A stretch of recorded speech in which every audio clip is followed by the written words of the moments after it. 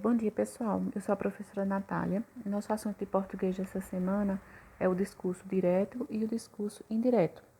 Para começar, o que são tipos de discurso? Tipos de discurso são os modos pelos quais o narrador apresenta ou introduz a fala dos personagens. Então, para que o leitor tenha acesso às falas dos personagens, o narrador pode se valer de três tipos de discurso. Aqui a gente vai ver dois, que são o discurso direto e o discurso indireto. O leitor pode conhecer as palavras e os pensamentos dos personagens pelas suas próprias vozes ou através do narrador que reproduz essas palavras ou pensamentos. Assim, num texto narrativo, podemos conhecer a fala dos personagens de forma direta ou de forma indireta. O discurso direto. As personagens falam diretamente umas com as outras em diálogo.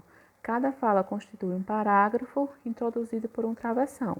Ou seja, a característica principal do discurso direto é que ele sempre vem parágrafo e travessão para poder introduzir a fala do personagem. Aqui a gente tem um exemplo. Ontem não fiz os trabalhos de casa. Espero não ficar de castigo. Então, tem o parágrafo e o travessão.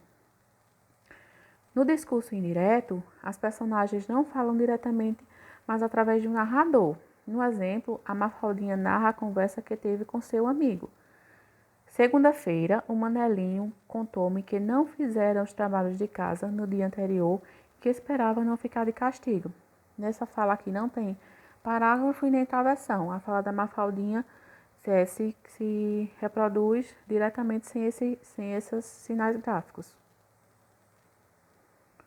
Como verificastes, quando a Mafaldinha reproduz as palavras do seu amigo, procede a algumas modificações. Na verdade, a passagem de uma fala do discurso direto para o discurso indireto obriga a algumas alterações. No discurso direto, as falas são introduzidas por parágrafos e travessão. Por vezes, as aspas podem substituir o travessão. Já o discurso indireto, o narrador introduz a fala do personagem por um verbo declarativo, que ou se. Aqui tem alguns verbos que introduzem o discurso direto. Vocês podem dar uma olhadinha depois. Aí no discurso direto, é a própria personagem que fala que fala. Por isso, usa-se a primeira e a segunda pessoa gramaticais. Nos verbos, pronomes pessoais, pronomes e determinantes possessivos. Exemplo: Manelinho, deves fazer sempre os teus trabalhos de casa. Notem que tem o parágrafo, o travessão e o verbo deves, teus.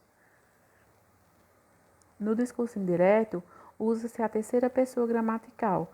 Nos verbos, pronomes pessoais, pronomes e determinantes possessivos. Exemplo: a Mafaldinha disse ao Manelinho que este devia fazer seus trabalhos de casa.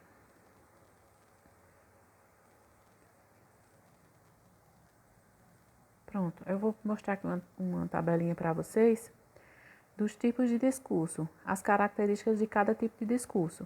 Os que a gente viu hoje foram discurso direto e indireto. Então, ó, aqui no discurso direto, a voz é do personagem, a distinção clara entre narrador e personagem, os verbos de elocução declarativos, dizer, afirmar, perguntar, a presença de recursos gráficos como dois pontos, aspas, travessão e mudanças de linha. No plano expressivo, pode-se destacar a maior possibilidade de reprodução da expressão oral, devido à utilização de elementos linguísticos como exclamações, interrogação, interjeição, vocativo e imperativo. Então, é muito fácil de você perceber o discurso direto, que sempre vai ter esses recursos aí, exclamação, interrogação, aposto, vocativo. Do discurso indireto, a voz é do narrador, distinção visual menos clara entre narrador e personagem, os verbos de elocução declarativos dizer, afirmar, perguntar, as falas aparecem em orações subordinadas, substantivas, desenvolvidas ou reduzidas. No plano expressivo, nota-se um destaque maior para a essência do enunciado, deixando de lado elementos secundários. E tem o discurso indireto livre, que é uma mistura dos dois que a gente não vai verificar agora, certo?